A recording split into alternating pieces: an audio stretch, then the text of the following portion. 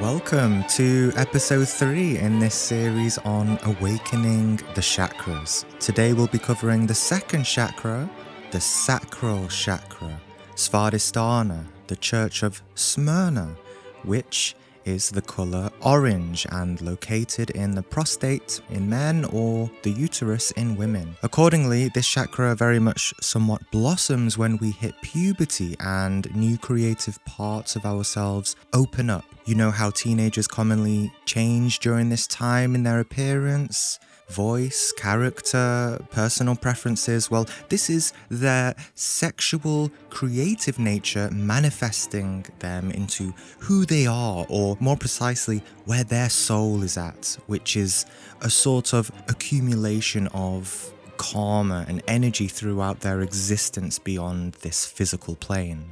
As we talk about sexual energy in this episode, let's just be clear about something. There is no real difference between sexual energy and personal creative energy, okay? Understand and contemplate that they are ultimately the same thing. Our sexual primal intelligence, which is the sacral chakra, is really our most powerful, efficient, and fastest form of intelligence and intuiting information quickly. You see, we have the intellectual center, the instinctive center, the emotional center, but we also have the sexual center, which is more powerful than all of them, hence why we're able to be highly creative and artistic through this center. For example, we don't usually see people who are stereotypically dry intellectuals as creative people, right? Well, more on this later. And remember, this chakra is also located in the stomach region. Our stomach is essentially a thinking brain. Science has proven that there's around 500 million neurons in the stomach. Since this chakra is intimately tied to sexual energy and also mastering our emotions and astral projection, this is where things start to get more interesting, okay?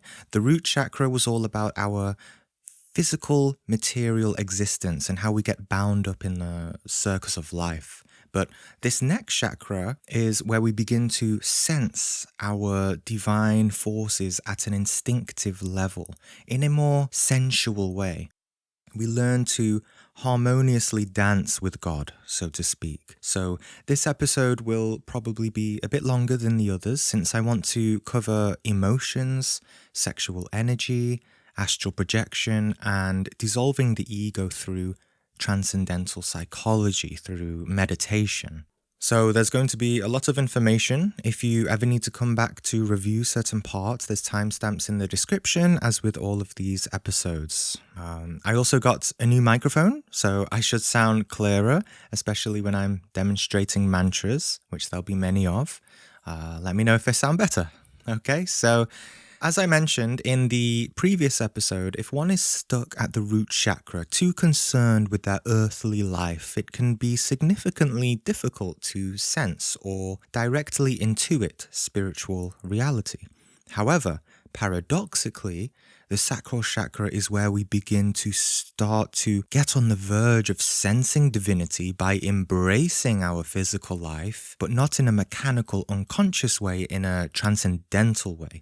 We begin to feel something different in our lives, something otherly, something beyond all of the materiality and endless narratives of physical understanding. This chakra embraces our life by having the ability, having the power to fully harness our physical material existence in all its ways and forms, denying nothing, pure passion of life. As we've been exploring, it's necessary to do this, to love our life, have passion in our life, to be aligned intensely in a non-resistant way with our life. And we do this through balanced sensuality of this energy center.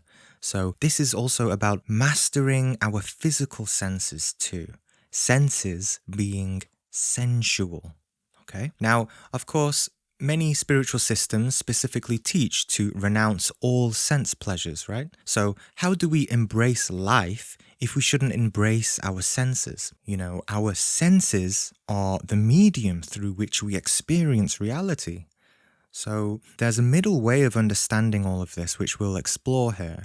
You see, we have one side, one extreme that says sense pleasures are bad, and society saying enjoy all these sense pleasures without a care in the world.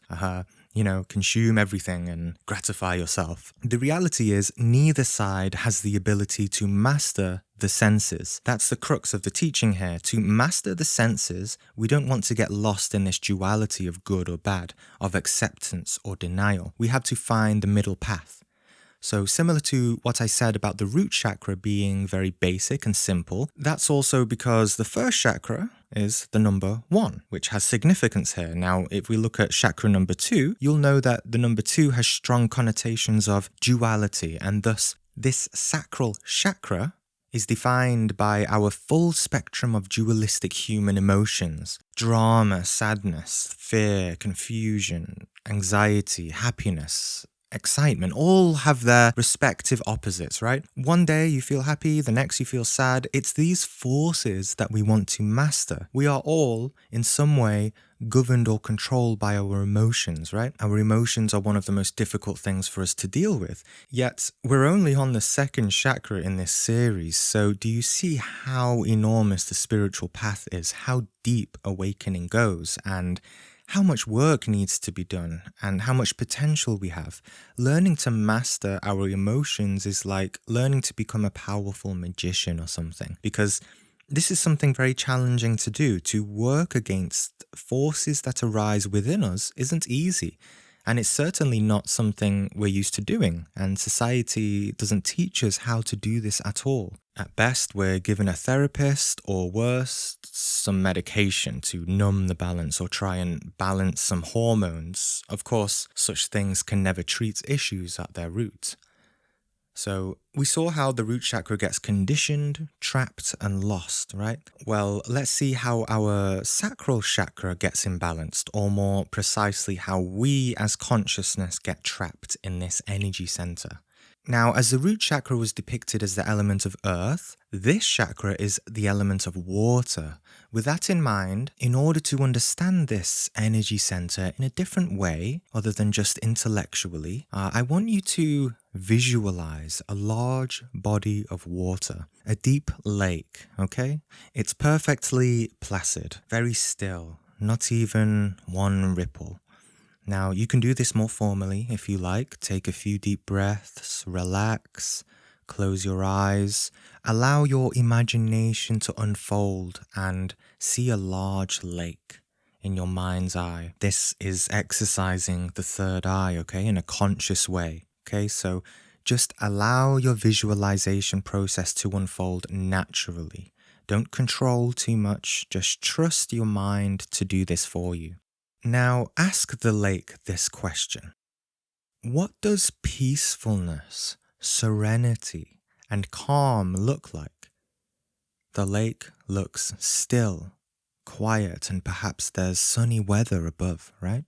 Beautiful. Everything is okay. We have clarity. We can hear ourselves think. There is peace, beauty, inspiration from this glistening, warm, turquoise lake. Now, keep that image of this lake in your imagination and let's contemplate the word emotion. The word emotion has its origins in the word agitation. Accordingly, let's begin to add some vibrations, some agitations of emotions to the water, okay? We may see this as some ripples happening as the water becomes agitated, okay? Because of emotion. Now, let your imagination run free with the thought of what would irritation look like represented in the lake? A state of being irritated, okay? See it. What would happen? Now, what would disgust look like? Is the lake clean? How does it form? What does the environment around it look like? Okay? What does anger look like now? What about violent rage? What does the land around the water look like? Is the water hot? Is it steaming? Evaporating, killing everything within it? What does depression look like? What does fear look like? Okay, so let everything settle. Now think of calm, balance, serenity, purity again, okay? Now, what does happiness look like in the lake? Perhaps there are swans, fish, lots of vegetation. Now, don't just think of happiness and calm, but imbue the lake with something more magical, transcendental. Imbue it with spiritual ascension on the level of that of Christ or Buddha. What would the lake look like now? Would the water rise into the air, perhaps form beautiful geometric patterns, creating a heavenly realm around you, a water city maybe? How would the water feel when you touch it? How does it taste if you drink it? Okay, so we're playing around with emotions there. Were some emotions worse than others? Well, we're not saying that emotion is bad. It is part of our nature. We need the waters of emotion because it is a powerful body of water-like conductive intelligence. Remember that most of the physical body, according to science, is water. So we need this, which sort of powers our energy and creates a conductive charge within us. And even the element of earth, our root chakra, needs water, right? Or else things become dry and desolate, and things aren't able to conduct, to connect. We even call certain people dry, right, when we feel they have no substance. So we have to contemplate deeply and ask ourselves, what kind of water do I have within? What kind of fluctuations does it make? What kind of water is nourishing my system? How does it taste? Do I find joy and pleasure in it? Or is it poisoning me? Is my way of being healing me? Don't answer intellectually to yourself. Learn to feel the answer energetically, directly. That's what this chakra is all about, learning to feel. Okay, as it says in the Bible, whosoever drinks from the waters of pure life shall never thirst again, meaning never become greedy or wanting or relying on external reality for spiritual nourishment. You become your own fountain of youth, fountain of life. And this is also the original symbolism of the ritual of baptism, which the intention is to purify our inner waters, our emotion, or on a deeper level, our sexual energy. So it's clear that if we want to progress spiritually, we need some form of purity and serenity imbued into our inner lake of emotion. And not just to have it calm, but to have more water. And not just let it sit placidly in the lake, but have it electrified and have the power and the ability to move it and organize it in any way we need. And not let external circumstances and situations determine the energy of our inner emotional lake. What happens when we let external reality unconsciously agitate our lake? We become imbalanced and can't fully embrace our senses, right? We drown in emotion and negative thoughts, unable to actually use our energies and use our senses directly in the present moment. This is such an important ability to have because our world is full of darkness. Just go and turn on the news right now. Are we going to let the deep limitations of this world freely determine our inner state? It's imperative that we break free from that. So this is similar to how Moses in the Bible had the ability to master and move the water. And as Swami Sivananda said, he who concentrates at this chakra, Svadhisthana, and meditates on Devata, God, has no fear of water. He has perfect control over the water element. He gets psychic powers, intuitional knowledge, and a perfect control over his senses.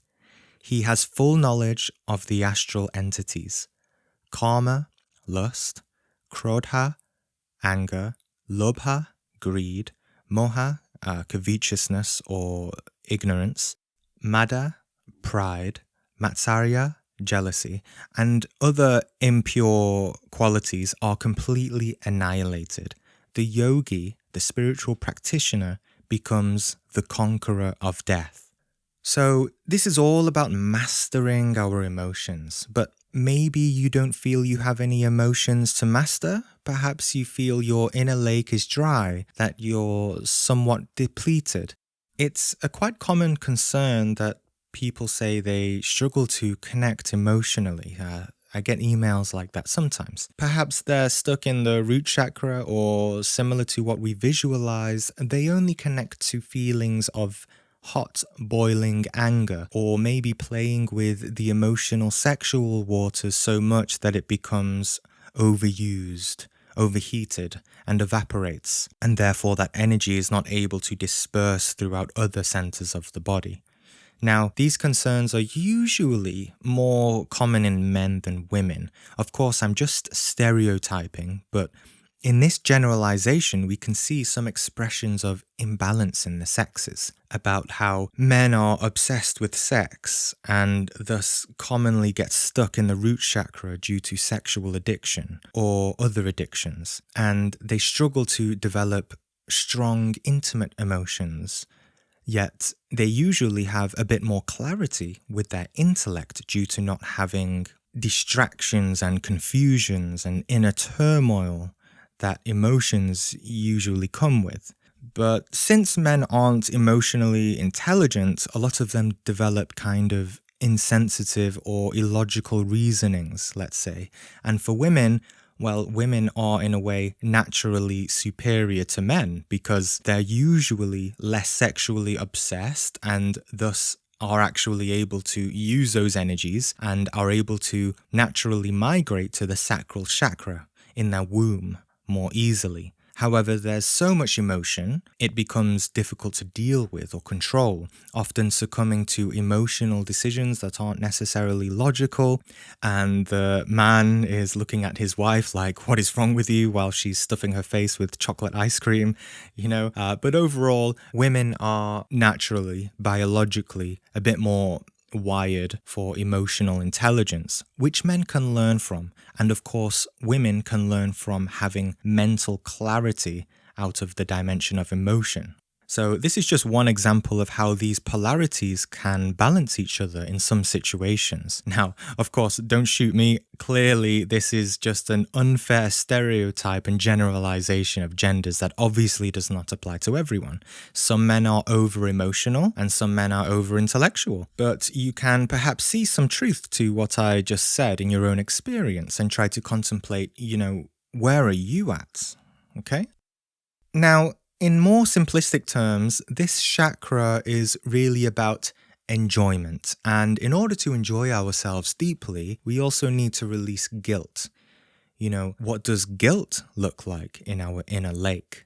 It's constricting, right? There's a lack of expression.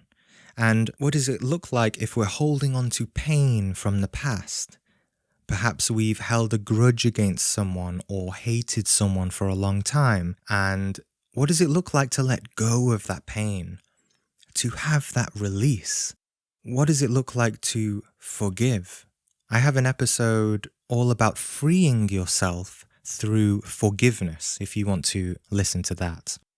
And interestingly, if you have dreams of water, this commonly symbolizes our emotional state of mind. Perhaps in the dream, the water is hot because of frustration in waking life, or it's muddy because of too much negative emotions, or maybe it's raining because of sadness. Clear water may indicate that you have spiritual clarity. That's a good dream. Maybe flooding could be a sign of overwhelming emotions, or maybe walking on water means you've achieved some control over your emotions, just how Jesus famously walked on water.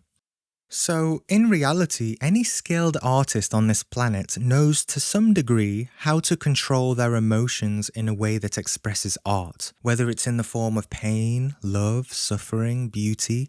Because just as a composer of music is able to create elegant symphonies of sounds which generates different emotions within us, so too do other artists know how to express that emotion because they know the form those feelings take. Similar to how we visualized our inner lake taking different forms representing different emotions. This is also relevant for when we move on to the topic of astral projection, because in the astral plane, we're able to perceive much more information because of the emotional nature of the astral. Similar to the saying, a picture paints 1,000 words, well, in the astral, multidimensional planes of existence paints millions of words, all downloaded in seconds. So we'll get onto that in a little bit. So to have this inner artist within us is not to be attached to only feelings of happiness or pleasantness that the world is always chasing after, but it's to notice, to be curious of, and consciously pay attention to all the spectrums of emotions that arise within us, no matter how dramatic, negative, or painful we may understand them. And so, how does Kundalini exactly help us emotionally? Remember that Kundalini is often symbolized as the element of fire, but it's not the type of fire that burns you unless you are living from a strong state of ego, right? Only the ego can feel pain. For example, the flames of anger burn us. They actually physically hurt us. It's known in many systems of medicine and science that anger damages the liver and kidneys. So the flames of Kundalini, on the other hand, gently purify our water, boiling out impurities. This is part of a constant work on ourselves, not just through spiritual practice, but really through understanding ourselves deeply. And so we need the fire of spiritual passion to aspire for transformation, just like the passion of Christ. Currently, and why most of us are also stuck in this chakra, is because the world is chasing after emotion as a sort of coping mechanism. We do this with the relationships, work, life goals, etc. This is basically what the whole modern society is doing, is it not? We buy things, we watch things in order to feel a particular emotion, and we become attached and cling to emotion. We try to hold on to certain sensations, we submerge ourselves in them. We develop addictions to them. And there's, so many examples of this, how we abuse our emotional centers, binging music, TV, video games, sex, food. We lust for life and can't get enough of it. And we do this until we're burned out with depression and wait for ourselves to regenerate our waters again. Now, all of these activities are not bad per se, but the way we invest ourselves energetically can be harmful spiritually. So, moderation is also important to consider. We rely on external reality to conjure up specific emotions that we are attached to. But remember, the element of water, you can't hold water in your hand. It's literally impossible to try to grasp at emotion and attach ourselves to it. So in a way, spirituality is all about being able to conjure up any emotion within our inner lake, no matter what the external reality is. How do we create forms in water like that? Well, like I said, this practice is sort of like becoming a magician. This is like spiritual magic. Health problems in the kidneys, prostate, and uterus could also signify imbalance in the sacral chakra. Improving your diet or even fasting is particularly powerful for balancing this chakra, especially since it's located in the stomach region, because there's usually a lot of overactivity here, and giving it a break once in a while will do it wonders health-wise. Now, the last episode was about our physical existence and how to transcend it by gaining a higher perspective of life. But paradoxically, the sacral chakra is about embracing our physical existence. And so this is where the principle of knowledge becomes useful. We go into the world of sense pleasures with the knowledge that it is fleeting, temporary, and that you cannot find happiness in it. This allows you to partake in the world more fully and with more wisdom and mindfulness. Instead of being needy and clingy to it, we have knowledge and wisdom.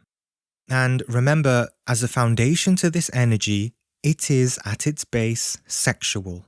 And the practice of sexual transmutation, which hopefully you saw my episode about that, is not just about retaining semen or refraining from climax. It is those things, but what I'm trying to say here is similar to what I said in the root chakra episode about in order to transcend the imbalances of the root chakra, we have to aspire higher. And so, I see a lot of people struggling with sexual transmutation, or famously distastefully called NoFap, right? Well, a lot of them are saying they can't get over their lust or are overly addicted to porn and masturbation or chasing women, etc. When really a massive part of sexual transmutation is taking all of that lust, all of that passion, all of that sexual, primal, sensual force and applying it to life itself. You know how many love pornography, right? It's a love.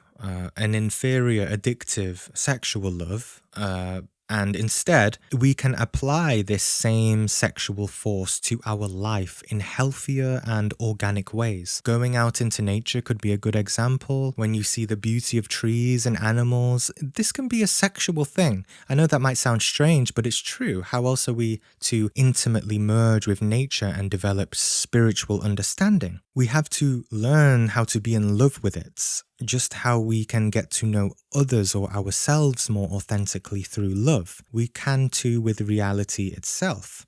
As we explored in the first episode, reality and the cosmos is sexual by nature. This is your nature. And the thing is, we've just skewed it with impure perspectives, that's all. Have you ever felt ecstasy in the midst of something greatly beautiful that is not to do with the sexual act itself? Perhaps you listened to beautiful pieces of music, or you were walking in nature, or you saw a mind-blowing piece of art, or watched a very heart-touching movie. Well, that is you literally sort of making love through the sense of your direct experience.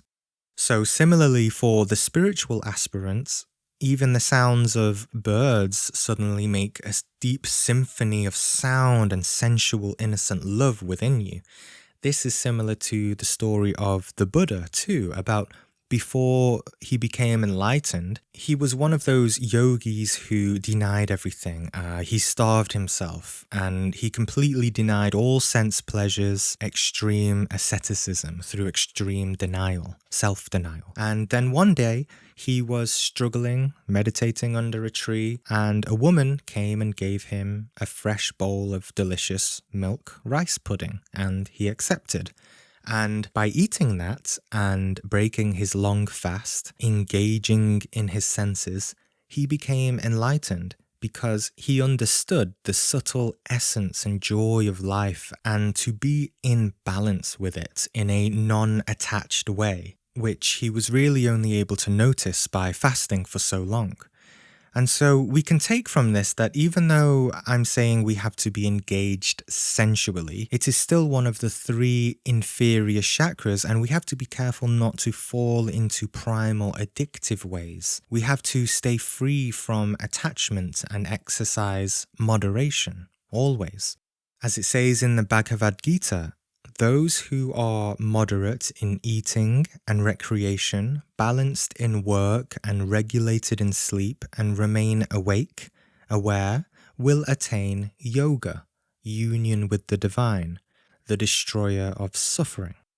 Remember also, what is sexual energy? It is the raw form of creative energy. Sexual energy literally creates human beings. It is the creative force of creation itself. And so when we find creative outlets or apply our passion to our work, business, hobbies, relationships, or other talents, we are also using our sexual, sensual, primal sacral chakra, transmuting and manifesting that raw energy into creativity and manifestation. When we do this purposely, instead of being inferiorly sexually addicted, we are being moderate, handling our inner lake with care and balance in a conscious way, in a more upright way. And many do this naturally, people who seem to have no sexual desire but are obsessed with work. They work like 80 hours a week. In essence, they do have sexual drive, but it's being applied to other things. And they're able to have so much energy for that because truly sexual energy is an enormous reserve of energy within us. It's so big, in fact, that just physical exercise or being obsessed with work for 80 hours a week won't be enough. You still probably won't be able to sleep at night. So for a spiritual practitioner, we can learn to relieve ourselves by directly transmuting our actual sexual essence at its root. And, to not abuse this energy through climax is to literally endow yourself with even more of this energy in a very balanced way, and thus our spiritual path becomes more intense. Things like meditation, relationships, self-observation, creative hobbies, work, everything becomes more efficient because we have more energy, spiritual energy.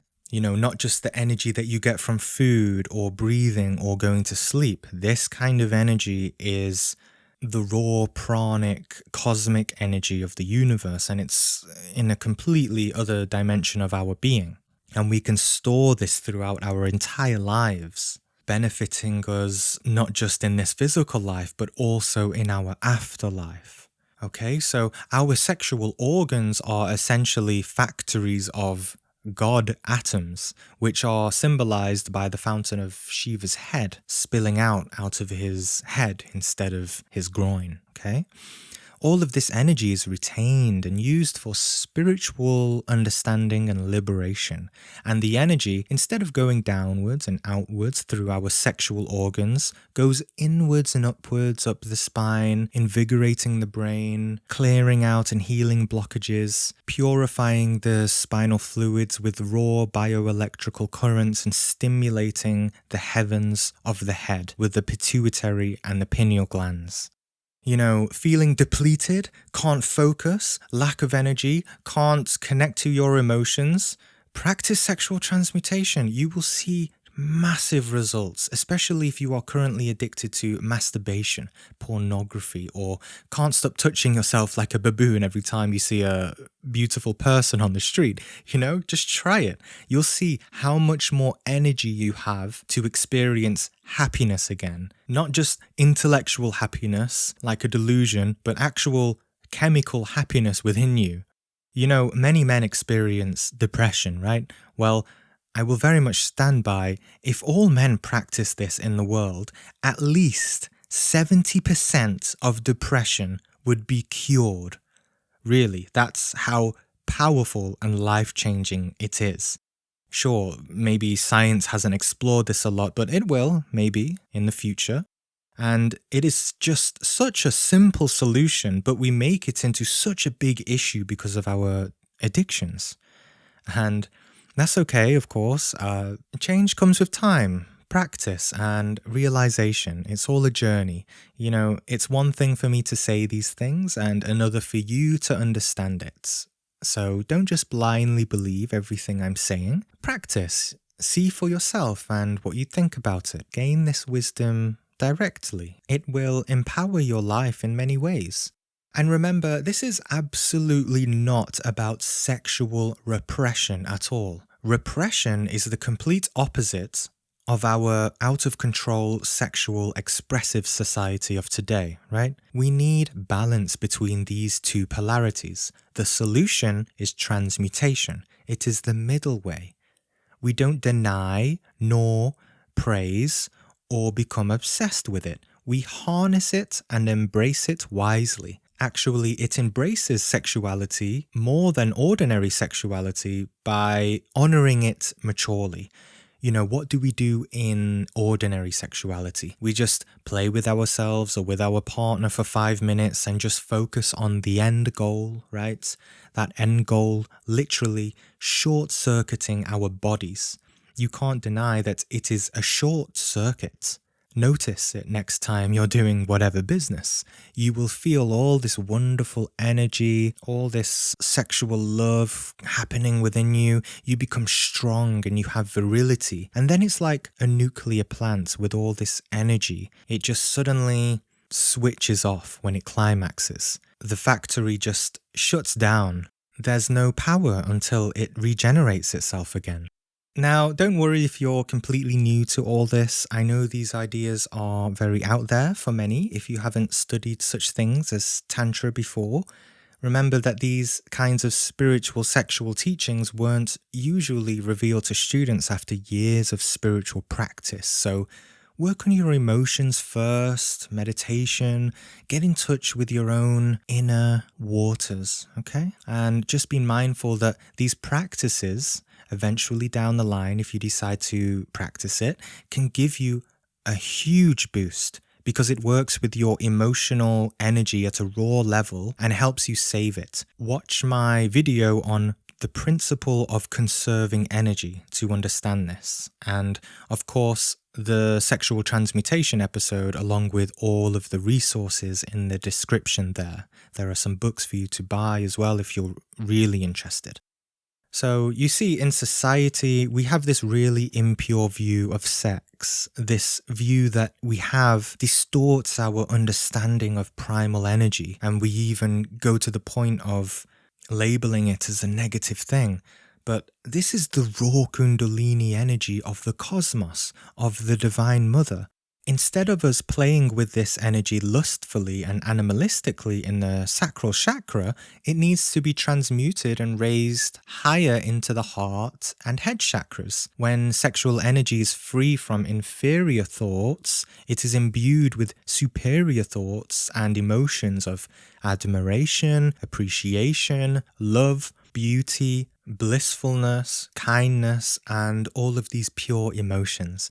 Then it opens the pathways of Kundalini higher, and let me tell you, when this energy, instead of exploding downwards, is connected to our heart and head centers, we can be filled with so much happiness, ecstasy, light, and love that we've never felt before, and meditation suddenly becomes vibrant, deep, and full of spiritual understanding, because our happiness doesn't just come from mental satisfaction, it comes from a deep connection with the body. Okay, so let's talk about out-of-body experiences and how mastering this chakra is also synonymous with mastering astral projection. Now, if you have no idea what astral projection is, my entire channel has been dedicated to illuminating everything about it for the past year, including talking about some of my own experiences if you're interested. So browse my channel. I've put some resources in the description below, such as my first video on this channel, which I gave a little introduction to astral projection there. And I also gave a more in-depth 2-hour lecture on the introduction to astral projection in another video, and also perhaps see my video which explains the difference between lucid dreaming and astral projection. But to explain very briefly, astral projection is essentially the same as an out-of-body experience. So every time we go to sleep, consciousness leaves the body unconsciously, okay? And it goes into the world of dreams. Everyone dreams every night, but they just don't remember them. So why does consciousness enter dreams? Because consciousness is trapped in the world of the ego, with all of its illusions, delusions, and self-created fantasies. When we work on liberating ourselves, liberating our consciousness out of our delusions, Then what happens at night? We begin to consciously travel into objective realities which exist beyond the physical plane, into the astral plane. This is a fifth dimensional space, hyperspace of nature, okay? This exists beyond our own perception, our own beliefs. And we know directly that these are not dreams because we can intuitively feel that we are not dreaming. So accordingly, practicing lucid dreaming as a first step is a great place to start to progress towards astral travel. I've also put a video in the description on how to lucid dream, okay? So what form does our consciousness take out of body while our physical body is sleeping in bed? We take the form of our astral body, which is a replica of our physical appearance. Furthermore, the astral body has been known for decades throughout esoteric and occult texts as the emotional body, hence the connection to this chakra. Actually, since this chakra is part of our creative emotional energy, developing this chakra is also to develop the astral body. It literally creates it with our primal creative energies that we retain and transmute, and it becomes stronger the more stronger our presence becomes. The intensity of our center of gravity and the intensity and the growth of our integrity as an individual. So you may have heard of the silver cord, which astral projectors have famously seen while out of body, which keeps us connected to our physical world. Now, whether that cord actually visually exists or not, the significance is that it is most classically depicted as coming out of our umbilical region, meaning the location of our sacral chakra. So to astral project is to be a baby again, exploring the womb of the cosmos in this feminine dimension, which is the astral plane beyond the veil of physical illusion. This aspect of the astral body being an emotional body becomes more understandable after several deep experiences while out of body in the astral plane, because everything really is emotion over there, to the way environments feel in terms of their level of consciousness, and even down to communicating with other beings, that can be totally telepathic. This telepathy is felt rather than through the limitations of language. And also, you understand that in order to connect to different dimensions and different worlds or locations once you're out of body, you don't need a map or compass or to know the way to get somewhere as you do in the physical plane. Your emotions become your map and compass. If you want to fly to another city, then you will simply feel the emotional signature of that place and you will simply go there. Or if you want to go to more heavenly realms, such as the mental plane, the causal plane, things like that, then you can try meditating while out of body to raise your consciousness and see where that takes you. Each planet in our solar system also has a very different feeling, by the way, and it's very easy to travel to those planets once you know how they feel. So what's interesting about practicing and aspiring towards astral projection is by coming out of body, we can explore our internal states of consciousness and how they look like right now.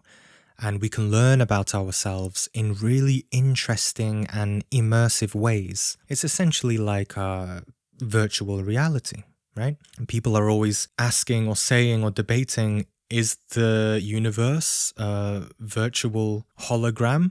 Well, yes, it is when you are beginning, because you have created a virtual world which is a part of your conditioning and how you understand the world, and you have to break free from this veil of illusion to see what, Buddhists call the great reality or the ultimate reality, right? Objective reality beyond your own subjectivity. So, for example, if we're practicing astral projection, it's common to naturally have lucid dreams along the way, right? Your own virtual realities. Your own personified virtual realities. And in these lucid dreams, we're able to notice what sort of attachments, traumas, resentments, and other various entangling egoic emotions that we have, which cause blockages in our lives. And we understand the need to move past these attachments because they exist as dreams, as hallucinations in our consciousness, stopping us from seeing reality more fully and leading us to a path of healing. You see, in order to astral travel, we need to not be hindered by such obscurities in our consciousness. And so lucid dreaming also becomes just as significant as astral projection. Of course, only when done for the purpose of spiritual progression and awakening. You know, the amount of times I've seen people who tell me they start remembering their dreams again, and they're shocked when they realize that they're having so many dreams of a relationship that they had over 10 years ago, and that they've not fully moved past or processed that kind of trauma in their experience. Now, in terms of Kundalini and astral projection, in those moments of a fully fledged and genuine astral projection experience, Kundalini is awakened in those moments. You may notice when you come back to body after an experience how your entire being feels amazing, life-affirming, just happy, because the healing energies of Kundalini have been filling your body. So getting in touch with our astral emotional body is really an integral, innate part of our nature. Now, remember how we've been talking about in previous episodes that the ego is currently taking control of our chakras? Well, here's why working on our ego is important when it comes to astral projection. If you're full of egoic thoughts and go to the astral, then you're more likely to be taken over by your animal instincts, and these might connect you to other realms unconsciously. You see how we've been talking about the intensity of how our emotions control us? Well, go into your astral body. Will it control you or you control it? So this is about possessing ourselves and not being possessed by lower instincts. Now, as I mentioned, I've been dedicated to helping everyone realize our natural ability of astral travel for almost a year, hence the name of the channel, Astral Doorway. To go into this sort of chakra doorway and realize these abilities. So I won't go too in-depth about it here. If you're interested, just check out my episodes. I also published a book called Beyond Dreaming, which is available on Amazon. You can read the description and reviews there. If you're on the fence about the book, I also have a sort of preview to the book in the form of an article called 7 Tips for Astral Projection. You can find it at multidimensionaljournal.com. I wrote some experiences there too. Someone also asked me if it's necessary to directly focus on achieving astral projection. I would say no, ultimately it's not, and in most cases, if you truly devote yourself to spiritual awakening, you will have these experiences naturally and spontaneously as a result of your efforts. But I also advise, don't shy from astral projection. It's very fun and joyful, inspiring and interesting. The sense of freedom beyond your physical body is like nothing you felt before. Take a leap, a step beyond humanity's understanding of science and, go into this science yourself. It's pure liberation. And just be mindful, if you have perhaps a subconscious dislike or closed-mindedness towards astral projection, then maybe you will never recall an experience because you've never trained yourself to even remember your dreams. Astral projection is simply another dimension of life to learn about. At the very least, be open to the idea of it. We spend a third of our lives totally unconscious and asleep. The very point of spiritual awakening is to be awake, not asleep, right? Waking up every morning like you're hungover wondering what happened is not exactly the way of a true yogi. My personal advice is don't waste 8 hours of your day to unconsciousness. Have that time to at least have a bit of practice, setting intentions to at least remember your dreams and the activities of your consciousness at night. I also have an episode teaching about how to remember your dreams. It also comes with a mantra that you can do in the morning as well. So, you can see how we're really exploring the nitty-gritty animal nature of our egos, right? So, in order to overcome that, let's continue looking at the practices. Let's sort of resume where we left off with the practice section at the end of the last episode, where I showed you various ways you can meditate and balance the root chakra, okay?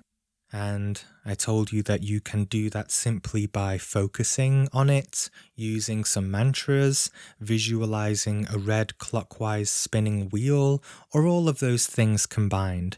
And the mantra for transforming the root chakra is S. Okay, now the mantra for the sacral chakra is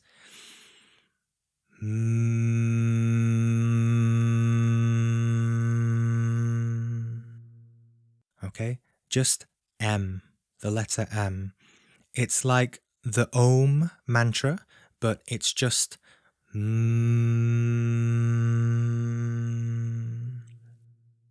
So simply focus on this chakra located above the lower back of the spine and submerge yourself into profound meditation. Imagine this chakra as an orange flower, a magnetic disc that spins clockwise while vocalizing the letter M. Keep in mind that this is our emotional connection to reality. You should also deepen your voice a little since we are trying to penetrate deeply here, okay? And keep your lips sealed and say the mantra until the last bit of your breath, like so.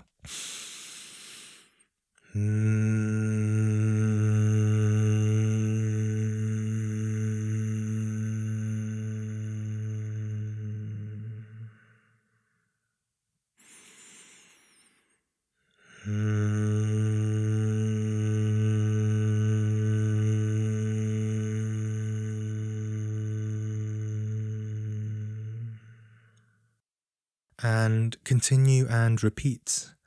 You may have noticed this is related to why we instinctively say when our bellies enjoy the pleasure of the food we eat, or also we do it during the sexual act too, right?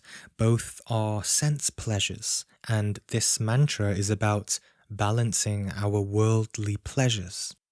Now, you may be wondering, how does this actually benefit me psychologically? And what about these negative egoic manifestations of these chakras? How will I overcome them? How will I change? Well, I'm going to give you another mantra, which is for destroying the ego. But first, the simple answer to all this really is the very act of awareness itself. The act of self-observation itself, which transforms us. Nothing else is ultimately needed. Of course, this is best understood when we practice this ourselves, not just day to day, but from moment to moment. You will live in a state where anything is worthy to be observed. Any thought, feeling, reaction, random perception of a daydream, or anything. Everything should be noticed. And eventually, instinctively, all the dots come together energetically. So we should strive to live in a complete observation, like a lighthouse that never turns off. Meditation is literally no different than turning on a torch within the darkness of ourselves. Right now, we do not know the depths of what is within us. We are ignorant. How can we begin to know what kind of people we are, what kind of mistakes we're making, or why we do not have spiritual understanding or spiritual abilities? How can we know all of that if we do not make the effort to self-observe and look within? It's only by looking within that we can begin to identify the things that we can improve on and bring it into the light of awareness to be burned in the flames of pure consciousness. Once awareness sees the darkness, it is no longer darkness. It can be as simple as that.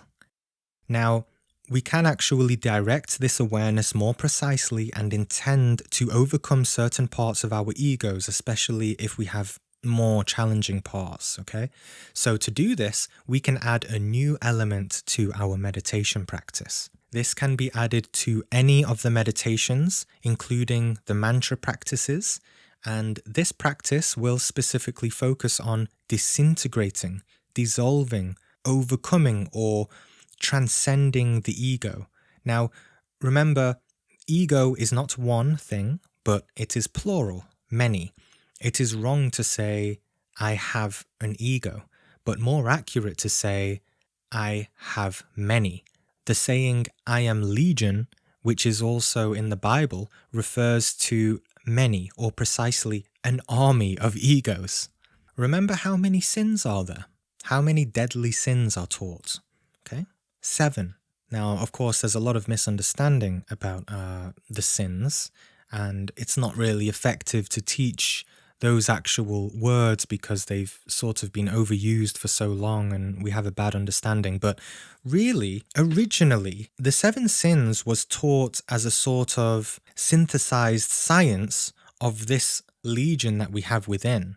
Each sin being a sort of demon that governs a whole army of psychology within us, okay? So don't underestimate the depths and complexity and multiplicity of the ego. Remember how infinite, complex, intelligent, powerful, and truly beautiful divine consciousness is. And since we are currently overtaken mostly by darkness, by ego, then that ego has managed through thousands of years of our species and past lives to take over that immense light. According to Gnostic understanding, we are 97% ego. That's 97% ego and only 3% conscious. Okay? That 3% conscious is our divine spark that we can learn to grow. So our consciousness is literally trapped in different egoic traits. This relates to the story of Aladdin and the genie and how Aladdin finds this treasure and the consciousness is trapped in there. And our consciousness can grant us any wish if we set him free, if we set the genie free. And so the ego is the opposite of all that divinity with all its ugliness, disharmony, suffering, struggling, but it is also intelligent and complex too. This is why it is so important to not just take up mere simple ideologies and philosophies and think that that will lead us to enlightenment. We must become intelligent and analytical, while also intuitive and perceptive, because there are many traps, many implications of the psychological I, the ego, the one who calls itself me, me, me. I am this or I am that, okay? Remember that you are not all of this. You are not your thoughts in your head. Don't identify with them. You are observing awareness behind those thoughts. And if you're able to observe deeply enough, when one voice within you speaks and whispers into your ear, telling you to behave or react in a certain way through your impulses, there's a plethora of other voices speaking into that particular ego, and another ego behind that one, and more. So do you see what we're dealing with, and how self-ascension is such a profound thing, and how understanding ourselves psychologically is also to understand everyone else, because we all have this very similar nature within us, this psychological nature of the ego. So we cannot transcend, we cannot ascend through the weak thought process of the mere intellect. The intellect struggles to multitask. It can only see one dimension of an ego. Many people can't really multitask or do more than one thing at a time because they're stuck in the intellect.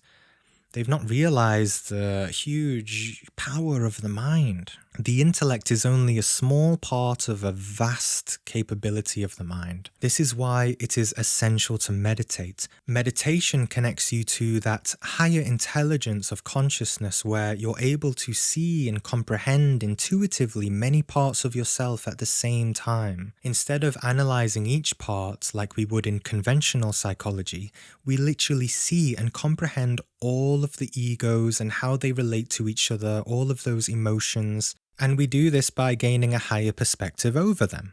We only don't see them when we're under them, meaning under control of them. So this is Transcendental Psychology or Transcendental Meditation. It is the way to know thyself, temet noske. Actually, if you practice on working on your egos, you may even have experiences during your sleep where you actually see how specific parts of you look like and what your internal house, your inner state, or even perhaps your inner lake looks like.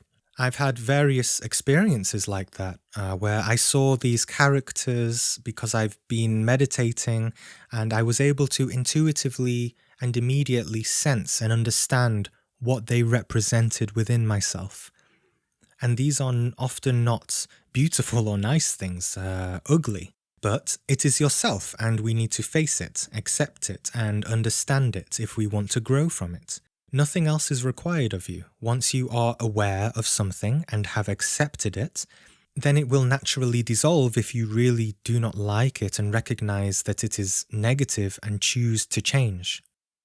We've only been inhabited by such psychological entities for so long because we were not aware of them. As Eckhart Tolle says, what you accept, you go beyond. And so we simply just keep practicing, growing, continuing our path, comprehending many things, but not judging, not identifying, not reacting.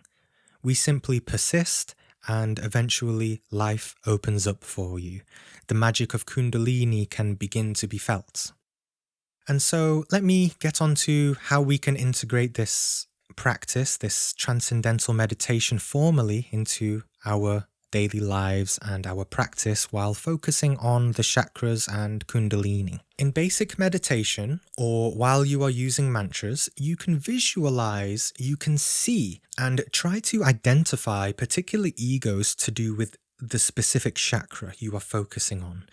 Similar to what I said earlier, we must practice self-observation during the day in order to really identify our egos. It could be things to do with anger, lust, laziness, certain moods, overeating, etc. Essentially things that are causing psychological distress in our lives and that are clearly obstructing us from living a fuller and happier life. These things obviously inevitably stop the flow of Kundalini. These are the blockages.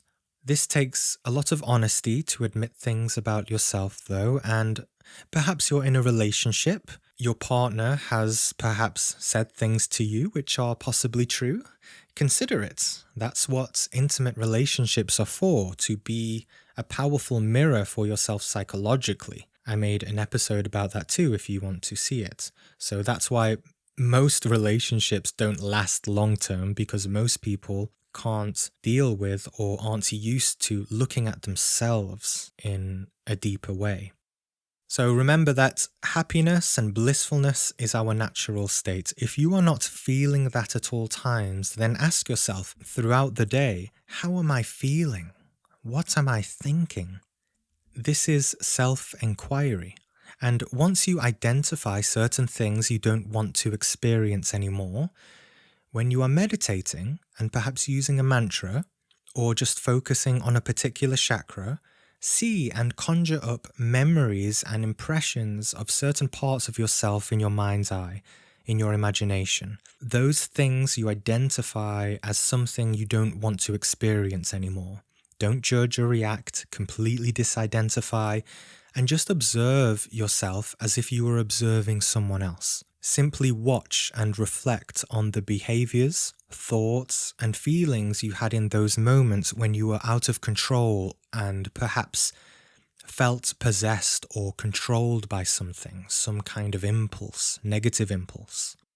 And as you observe and learn about yourself through self-reflection, you can use the mantras I'm teaching you through these series as a way to dissolve, balance, and disintegrate those psychological aspects. You can also visualize the element of fire disintegrating those parts of you, and not just in your mind's eye, but also as you're observing these scenes in your imagination. So as you do that, you will feel what parts of your body, what chakras they are related to. And as you do, you can feel a purifying fire burning within you in these parts, becoming balanced through understanding and observing and reflecting. These are the flames of transformation, of transmutation, purifying all of these negative energies within you through your own intent for self-healing and transformation. So this is very powerful. You'll find that if you have a particular ego that is very strong, a particular self-destructive behavior that you've not been able to control for many years, that perhaps also hurts people around you, then try this practice. You will see that for at least 3 days, you will not see that psychological entity, that psychological energy or behavior take over you anymore. You will feel how happy you are as a result that this egoic aspect is not manifesting in your life. You've literally freed up trapped energy, and the happiness is a result of the loving embers of Kundalini being able to merge with you. Kundalini loves it when we work on ourselves psychologically. But if you're not devoted or consistent and fall back into unconscious living, then of course that egoic aspect may manifest again. Sometimes some things can be transcended permanently, quite quickly, if the understanding or illumination during meditation is very easy and powerful. And at other times, it can take days, weeks, months, or even years in some particular cases. It all depends on what type of compulsion you're dealing with, or what kind of addiction or behavior you're working on. In any case, long-term devotion to meditation is what makes the difference, as long as we are making progress in any form, right? Let me use an example of how the ego possesses us. We can see this in the sense of how many criminals in court will say a common thing to defend themselves, and in a way they are innocent because of this. It could be criminals who did any sort of crime in a spontaneous act of rage. They will say in court, "Forgive me, I wasn't myself," and that's true in many cases. In those moments of whatever crime they committed, if they were suddenly in so much anger, so much jealousy or frustration with something, they literally could not control themselves in those moments. They were at the grip of the ego. And then after they committed whatever crime they did, they are sort of shocked, right? They look at themselves and say, "Oh God, what have I done?" They don't know what they did or why, and they feel different afterwards because that particular ego which wanted to do something has now consumed whatever action it wanted to gratify. And once it did, it just goes away. That's until it gets hungry again. This is why consistency is important, so we can starve our negative habits and states of mind.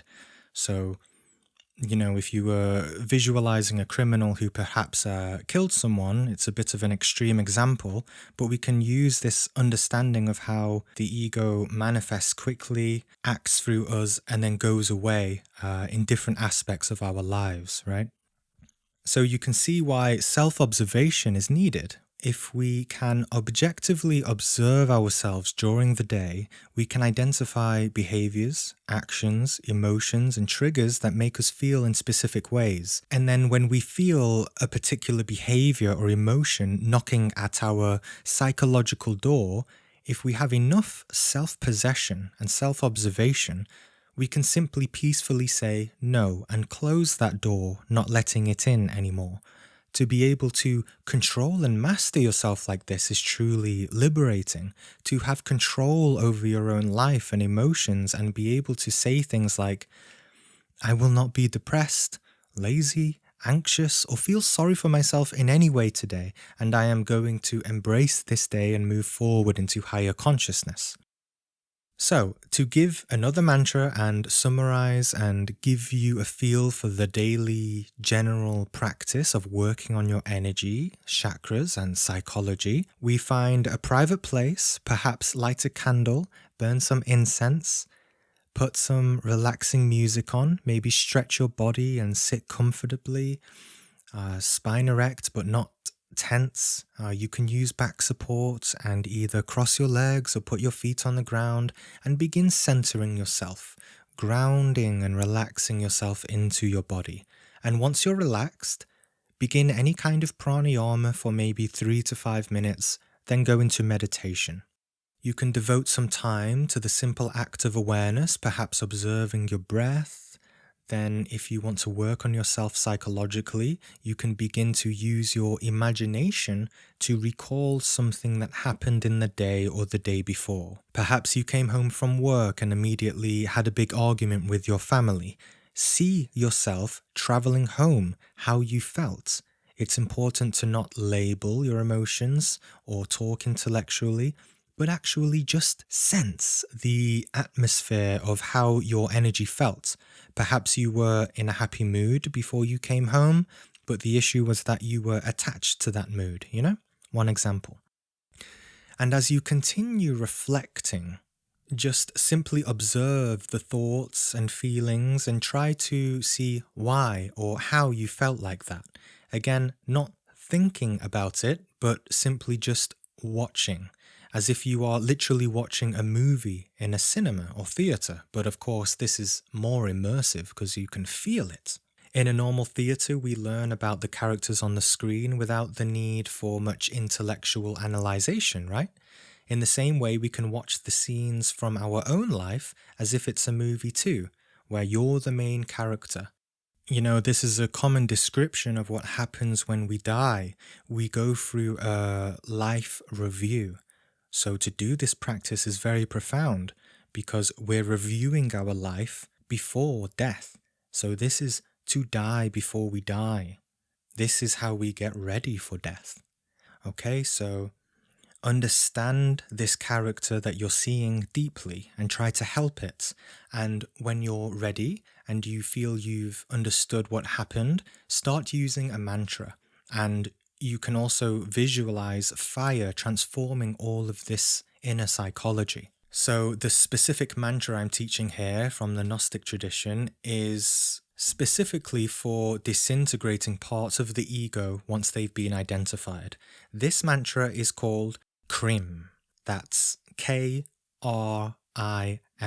We pronounce this mantra while visualizing and feeling fires burning, dissolving those negative psychological parts of us. As usual, you can either do it vocally or mentally. In the last episode, I said it was good to do it vocally, but it's also effective to do it mentally, because we can come to a more profound stillness and penetrate the mantra and our intent deeper into our unconscious mind.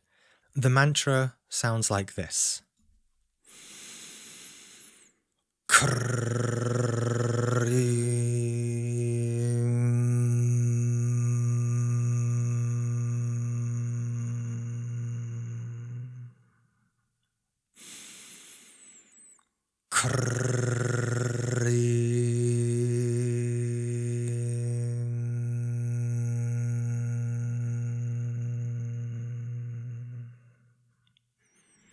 If you can't roll your R's, you don't have to. You can just say it like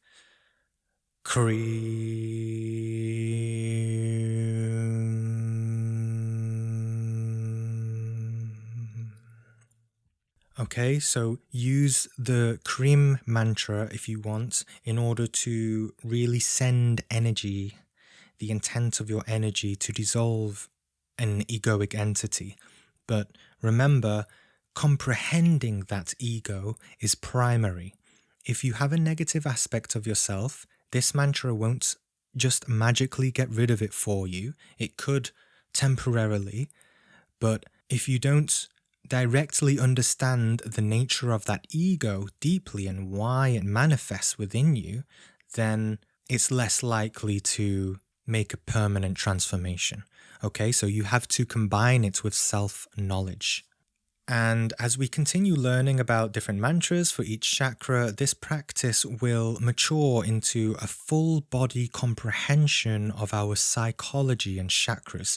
You'll be able to not just have one dimension of comprehending for self-understanding, but 7, one for each chakra, okay? Remember that these are energetic centers of intelligence within us. And once they're all combined, it's really powerful.